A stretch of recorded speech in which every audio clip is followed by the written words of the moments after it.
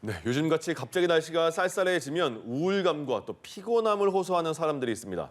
자, 가을이 돼서 그렇겠지 이렇게 가볍게 넘기기가 쉬운데 이런 증상이 지속되면 계절성 우울증을 의심해 봐야 한다고 합니다. 네, 오늘 출근길 인터뷰에서는 최명기 정신건강의학과 전문의를 만나서 계절성 우울증에 대해 알아봅니다. 현장에 뉴스캐스터가 나가 있습니다. 박서비 캐스터.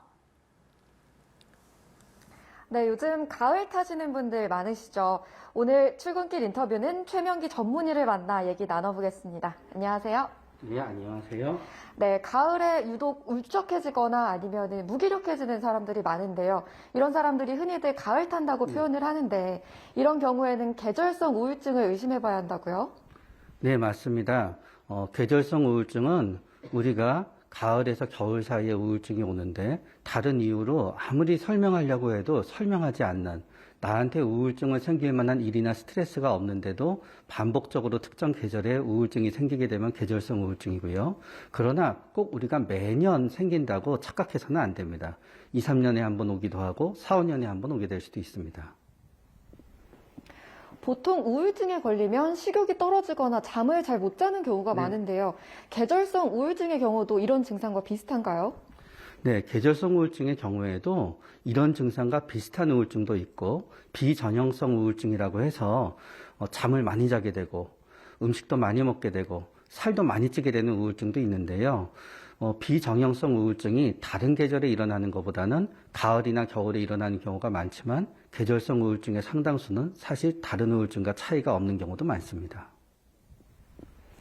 네, 말씀하신 것처럼 계절성 우울증은 대부분 가을이나 겨울에 증상을 호소하는 사람들이 많은데요. 계절의 변화가 기분에 어떻게 영향을 미치고 있는 걸까요?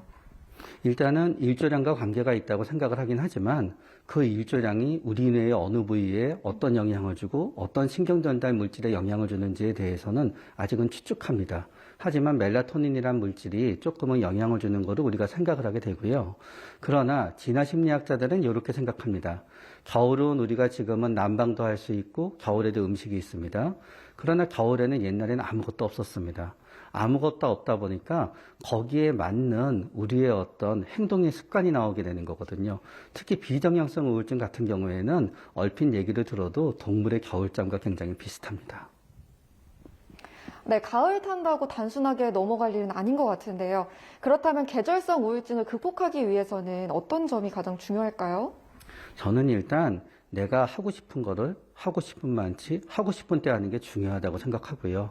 가능하다면 조금이라도 우리 할 수 없는 일, 하기 싫은 일을 조금이라도 줄이는 것이 필요하다고 생각합니다. 그래도 제 생각은 보통 억지로 햇빛을 쬐라 그렇게 얘기하는데요. 우울증에 걸리게 되면 무기력해서 움직일 수가 없습니다. 오히려 그거를 지키지 못했다는 것 때문에 본인이 더 상처받거든요. 그래서 주위에서도 너무 권하면 안 될 것 같고요. 운동을 하면 우울증을 극복한다는 것도 사실은 우울증은 6개월에서 1년 지나면 저절로 낫습니다. 계절성 우울증은 봄 되면 낫거든요. 나 때쯤에서 운동을 시작하면은 운동으로 극복했다고 착각하는 거예요. 그래서 계절성 우울증인 분들한테 너무 운동을 강요하지도 말고 스스로에게도 강요하지 않는 편이 더 낫습니다. 네, 오늘 좋은 말씀 감사합니다. 네. 지금까지 출근길 인터뷰였습니다.